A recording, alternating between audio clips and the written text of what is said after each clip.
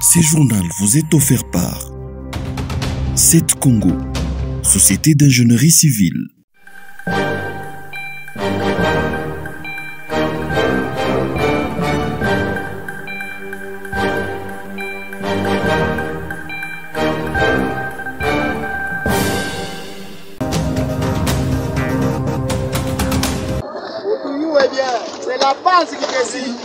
Vive tension ce mercredi matin au parking de véhicules à Kasumbalesa. Chargeurs et membres présumés de l'IDPS dite Base Bilanga se sont affrontés, selon le chargé de sécurité de l'association de jeunes manutentionnaires du Congo. Les jeunes de ces partis politiques ont commencé par implanter les drapeaux de leur parti. Ils ont ensuite exigé le paiement d'une taxe au profit de leur formation politique. Alfred Sangani indique que le transporteur paye déjà les taxes dues au service étatique.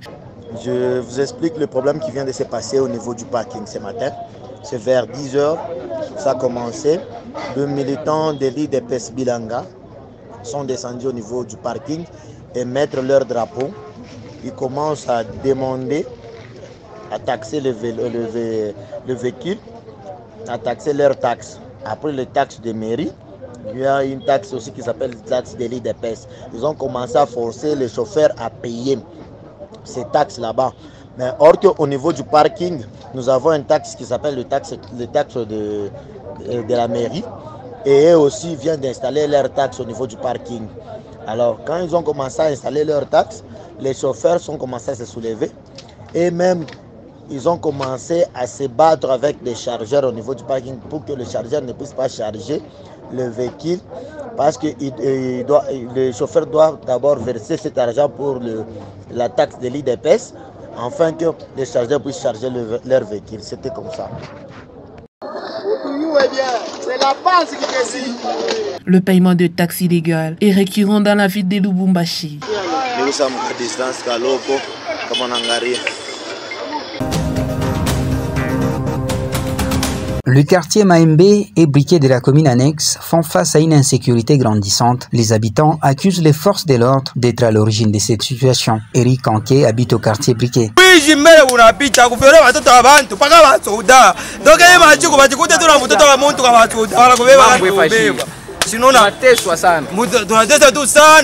C'est à partir des 19 h que les habitants sont sous pression. Téléphones, argent, biens de valeur sont arrachés par des hommes en uniforme. Parce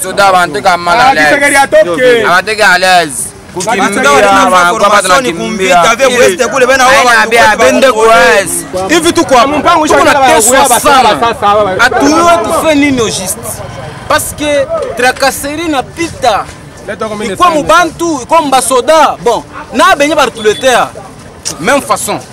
Vraiment. A tout tu fais nini. Usheka vous mere papa. Bane tout soit sana, jo mambo le tukunayo. Tunalomba kwa chef de l'État, abebi ya basoda basasa, bende kugoma. Shimende kule. Kuni njoko ba Congolais bi na kufa.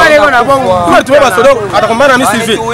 Mishina na arme. Basoda bana hivi. 19-20 juste patrouille na anja huko. Onyambe. Nous sommes des Congolais non?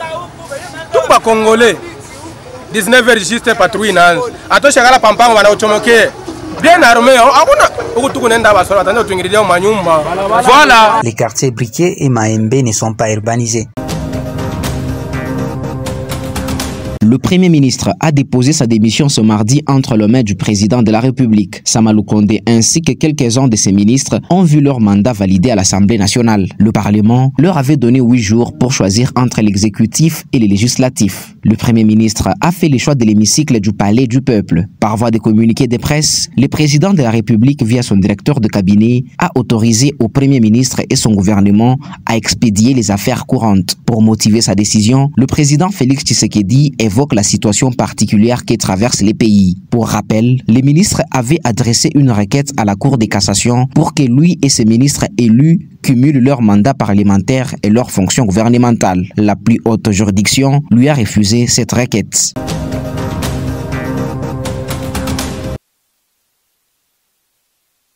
Le programme des Nations Unies pour le développement a présenté ce mardi à Kinshasa une évaluation à mi-parcours du programme de développement de 145 territoires. Ce programme est une initiative du chef de l'État Félix-Antoine Tshisekedi. Il est destiné à doter les territoires des infrastructures de base, Damien Maman, et les représentants résidents des PNUD en RDC. Il dresse un bilan à mi-parcours.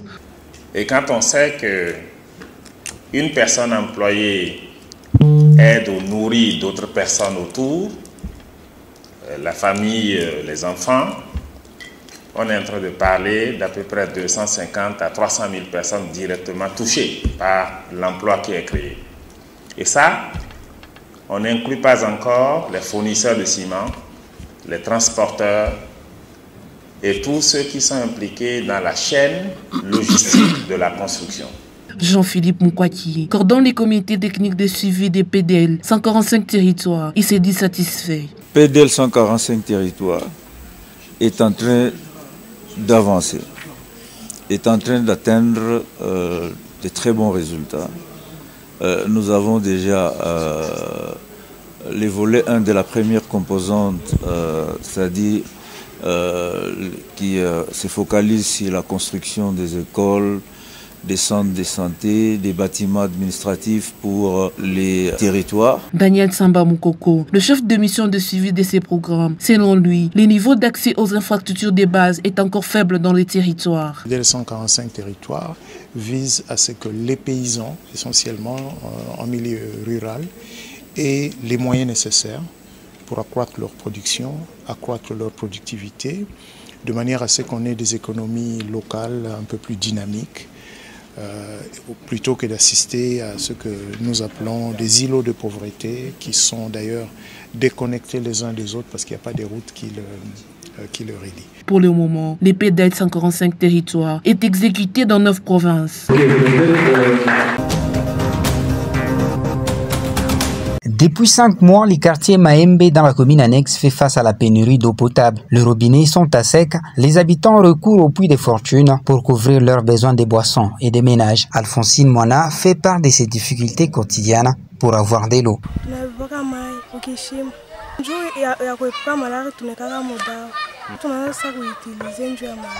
Patrice Makala pense que cette situation est due au manque de courant électrique. Oui, l'eau potable, comme vous venez de vous rendre compte, si vous regardez là-bas, il y a un puits. Nous avons Briquet, nous avons Maembe. Les gens se débrouillent à partir des puits qu'ils creusent eux-mêmes dans leurs parcelles. Ce n'est pas toujours pas le travail de forage, mais ils creusent d'eux-mêmes et ils trouvent de l'eau. Elle est, il faut même dire, elle est presque potable, mais pas du tout potable, comme on peut s'attendre à une bonne eau qui soit potable. Ce n'est pas comme à la Kenya où vous pouvez avoir les robinets d'eau et tout cela, non, non. Ici, rien que des puits d'eau. Et ils vivent. Le quartier Maembe est peuplé par 3000 habitants. Les habitants des quartiers Maembe et Briquet accèdent difficilement au centre-ville de Lubumbashi. La route Katumbi est la seule qui mène vers ces deux quartiers de la commune annexe. Aujourd'hui, il est difficile, voire impossible aux véhicules de s'y engager vu l'état délabré qu'elle présente.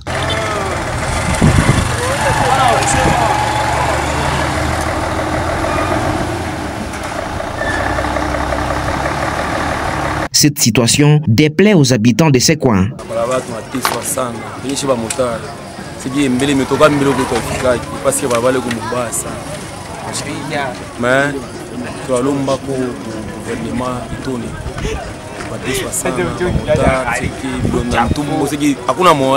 Certains d'entre eux pensent que cette route est délaissée pour des raisons liées à la politique. Une entreprise appartenant à l'ancien gouverneur du Katanga est présente au quartier Briquet.